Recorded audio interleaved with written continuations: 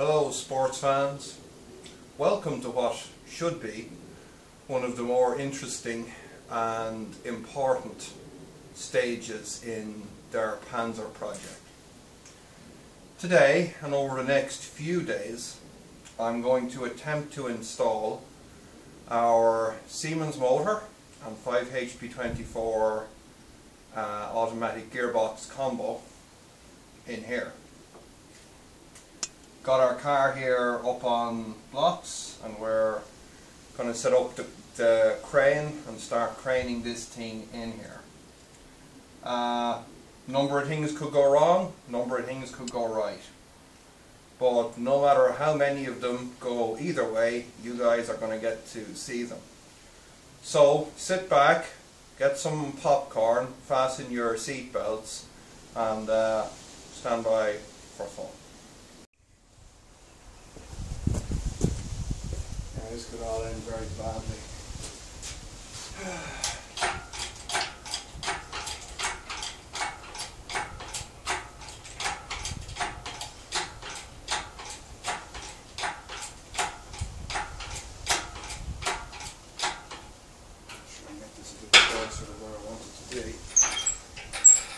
Without scratching the custom paint job, because custom paint job is very important.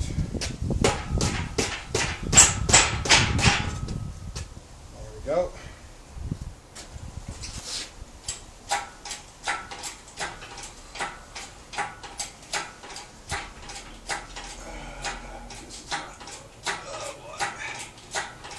Alright, this is getting scary officially. Official. It's very official. Ooh, okay. Here we go. Nice and easy now.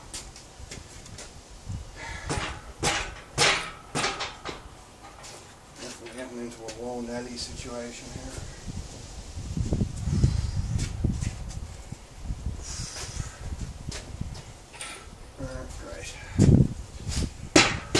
Straighten up, forward march,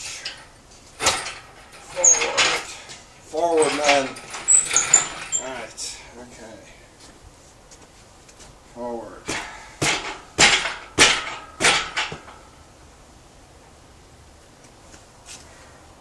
Scary stuff, folks. Alright, okay, I guess. Forward man. Right. Let's get you guys in a bit closer.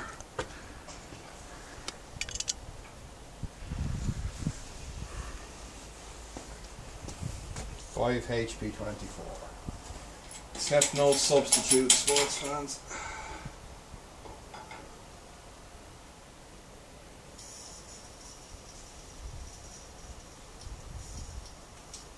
Yeah, as Magnum PI would say, I know what you're thinking, and I hope you're wrong. You're thinking, bit stupid to have the strap there, and I know. But the problem is, there's so much more weight on the gearbox end of it than on the motor end of it that I kind of have to. So let's hope that we can survive that intact.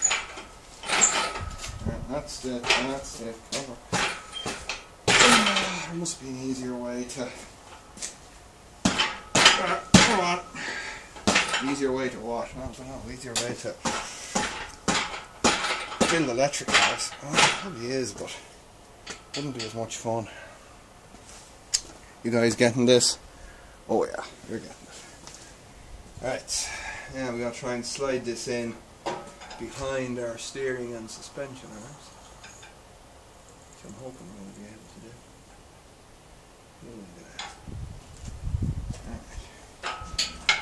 Forward man, forward! Oh yeah, okay. Right, okay. I'm getting there now. I'm beginning to become a tiny bit happy. Not hugely happy now, but just a tiny bit happy. a tiny bit happy in a situation like this. I don't know what you really need.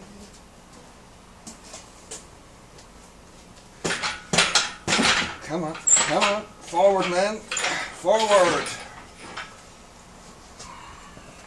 Well, looks like we're maxed out on our cheap and nasty crane. Okay, cheap and nasty crane is as far forward as we're going to be able to get it. So, this is where things are going to get dicey. So, let's go down another little bit.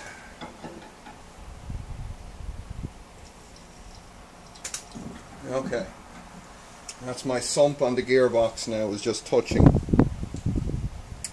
one of my suspension arms in there. So, let's see now, I'm going to need to get in underneath there with a jack so I can start lifting the tail end of that box and try to hopefully do a bit of a like that with it.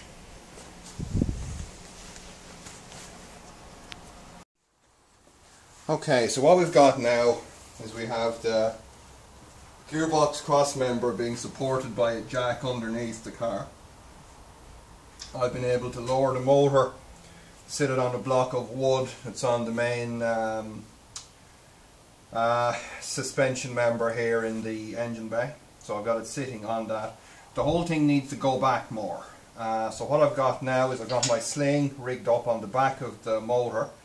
So what I should be able to do is to lift the back of the motor slightly and just wheel my trolley jack backwards until I get the gearbox cross member where it needs to be and bolt it up. So theoretically that's what will happen.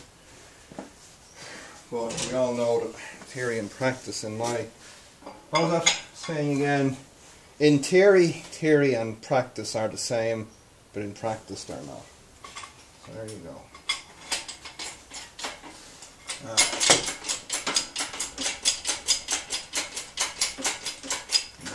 Crane back a bit. So that gives me a bit of freedom I need, I think, in this department. Now we just want to slightly lift the tail of our motor here, just to get it up in the air.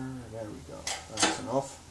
So what we should be able to do now is, if I get under the car, I should be able to pull the whole drivetrain back. Let's get you guys in a bit closer. I should be able to pull that whole drivetrain back that way from underneath the car. Let's see if that plays out. If not, use the GBLX 9000. Alright, come on.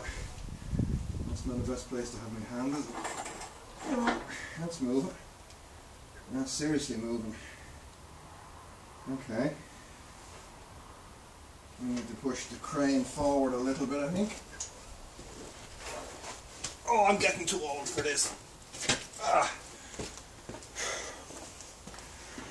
By the time I'm in my next conversion, kind of like the Lethal Weapon films, where the first 3 films they say we're not too old for this shit, but in the 4th one there's, or no, I've got it backwards, haven't I? Yeah, of course I have. I'm not too old for this shit.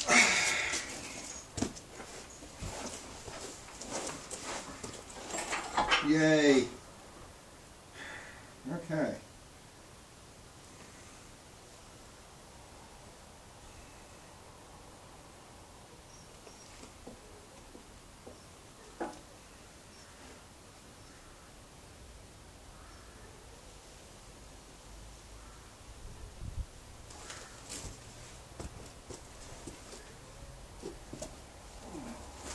Well, you guys are not going to believe this, but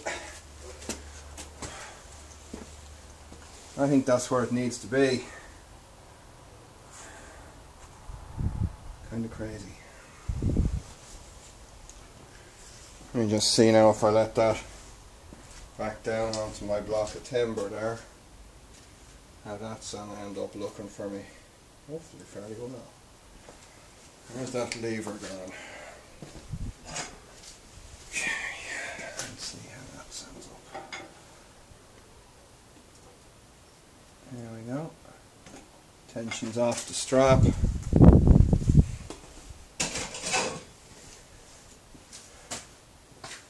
Obviously that cross member has been supported on the trolley jack in there, but yeah, we're not far from where we need to be, guys. We're not far at all from where we need to be.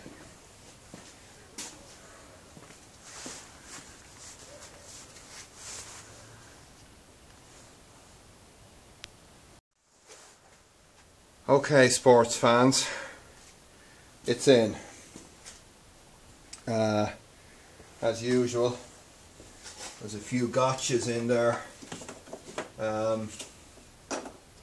My biggest problem turned out to be one of the smallest parts was a little bracket that I'd made to hold the shifter cable, because I didn't get the bracket with the 5HP24, so I modified the one from the 5HP30, and of course I had a little bit sticking out somewhere that was fouling the gearbox going in. I was pushing it over to one side of the car, so I had 3 attempts at remanufacturing that. Eventually we got there and it's in. And the really good news is the shifter inside the car is running up and down, PRND. Nice shift and feeling on it, so that's good. I'm going to wrap it up for today at this, and we'll come back tomorrow and we'll tackle putting in the drive shaft, and then we'll see about mounting the controller and getting I've just got a block of wood underneath the motor here on the cross member. But I've got my engine mountings. I've got my where they are now. Oh, yeah, here we go. I've got my Land Rover engine mountings. We have one on each side, and we'll pick up our beam here that's going across, and that'll mount our motor in here. So I'm very pleased. There's a good bit of work in it, but this is generally always the hardest part, is when it comes to start refitting components back into the car that I suppose in one sense really weren't made to be there, so we had a bit of working on that. But so tomorrow drive shaft, and maybe having a look around some of these guys here for the mounting in this end, and maybe get the controller in. Even I might just put the test bench controller in just so I can spin it. But yeah, it's really nice to see that. It's nice to see it in the car, bolted in. So alright folks, stay with us, and more to come. Good morning campers. So day 2. Plan for today is, depending on how, well, there's 2 stages to today's plan. It's going to depend how it plays out. The first part is fit our new drive shaft between our 5HP24 and differential. Now, it may seem straightforward enough, but there's a little bit of a saga with this, as there usually seems to be in these projects. Drive shaft that you see in front of you now is a modified version of the original one that came on the car, that had been previously fitted with the 5HP30. Unfortunately, as I detailed in a previous video, my problem was that this car is a March 1996 build, and of course it was from April 96 on that they fitted the 5HP24. So a bit of bad luck for me there. I had 2 choices in terms of a drive shaft, because the 5HP24 is a smaller gearbox and it's also shorter than the 5HP30. So had I just tried to fit the original drive shaft it would have been too short, and this donut on the end was a different size. So I immediately thought that I'd be able to just go ahead and get a drive shaft from an automatic post April 96 840 Ci. Looked around, of course there's none in this country. UK was looking quite expensive to get one across, so I contacted my local drive shaft guy, and there really wasn't much in the price between having him modify the original drive shaft for me and bringing one in from the UK. So I figured I'd take the local option, and that's what we have here. So what he had to do was to cut off the donut that fitted the 5HP30, fit one for the 24, and slightly lengthen the shaft. So you see this little segment here that's been added in. He's a very professional guy, balances them up the whole lot, so I'm quite pleased with that. So what I'm going to try and do now is to fit the drive shaft. I'm not going to bring the camera in under the car and you guys watch me struggling around with this kind of a snake thing here, trying to get it where it needs to be. I'll come back and I'll report whether it's in or not in or what's going on. So stay with us, more fun and games to come.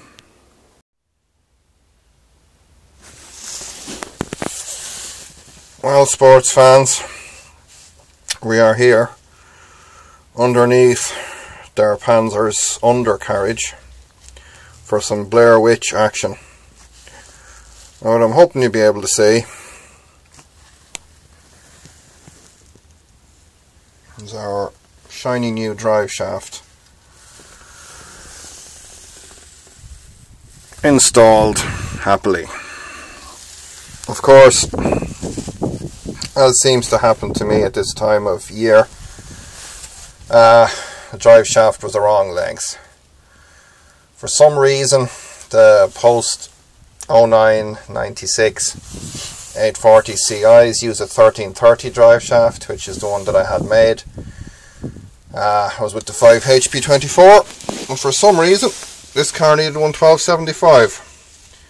So I had to go back to my drive shaft guy today and get the length modified. He was very kind to do that today for me, and so I've been able to fit it, and it's perfect. So you're also probably seeing the my bad paint job on the orange conduit. That's installed, secured in with stainless P-clips onto various fasteners in the tunnel, so that guy's in as well. So a lot of progress over the Christmas hauls. Lots of fun drive shaft stuff. Okay, so up front I've just sat the inverter in on top of the motor. I have to say that I got the clearance just about bang on. It's using that space there quite effectively. Got my Land Rover engine mountings in, so the next phase of the operation will be just to join this bracket from the motor back down on the two sides. It's just a bit of basic metal work. Also, as I said, I've got my cable bundle in underneath the car. It's all secured at both ends and underneath the car, as we saw. Now, the more astute viewers might look at this controller and say, well, isn't that DMOC, Damien? It is. And the reason for that is that I've decided I'm going to keep my kind of rough built inverter here on the bench for testing. And I've ordered another kit of control boards and parts from Johannes. I'm going to be basically using the power stage of the DMOC and putting in the open source inverter hardware in there. It's kind of handy because I've got all my cables, I've got my connector for my encoder and my amp seal 23 for my signals. So that's going to make nice use out of that, and it means I don't have to worry about getting boxes fabricated and all kinds of stuff like that. So that's our motor bay now, guys. Quite a bit more to do in here, but it's a very good milestone.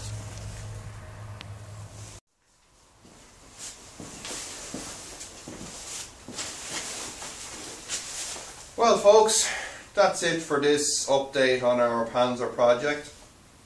Quite a bit done. I was very pleased to get the full drivetrain installed done over the holiday period. Gearbox, motor, drive shaft, even with all the fun of the fair with that guy. Got in our undercar cable loom with the conduit and all that in as well. So I guess this video pretty much is going to wrap up 2014 for me also. One milestone I hit fairly recently on YouTube is that I've over 1,000 subscribers, so I want to say thank you very much for everyone that's watched my videos, that's made comments on them, and that's subscribed, so thanks a lot, guys. Electric vehicle conversion, particularly done by a muppet like me, totally unscripted and unprepared, in a shed on a shoestring budget, is not exactly prime time television. So I'm very pleased to have hit that milestone. 2015 is going to be busy. My life is taking a few different turns, all of them for the better. But of all the hobbies and interests and things that I've done in my time, this is the one that's sticking. So hopefully now in the next few months we'll get this car motoring to the point that we'll be able to do some tests and start shaking the bugs out of it. I don't honestly know how it's going to turn out. I might have to go back at it, but if I do, I do. It's kind of the nature of this beast. So also want to thank people for leaving comments on my videos. Unfortunately, I don't usually have the time to give individual responses, but I will do a video soon where I just kind of collate a lot of the common questions and suggestions that have been made, and I'll go through them. I've also got I had planned to do a 10,000 mile update video for the land yacht, but that's now going to be, it's gone over 15,000 miles, so I'm going to hopefully get a bit of time to put that video together of some clips. I want to just make a kind of a covering segment on that, because it's that car has been driving very well, and I'm hoping that our 8 series will follow suit. So I guess that's it, folks. Hope everyone's had a happy Christmas. I've been quite happy working on this beast, and I'd like to wish everyone a happy and a peaceful new year, and come back for more, because this we've got a lot more to do. Thanks a lot, folks. Talk to you on the flip side.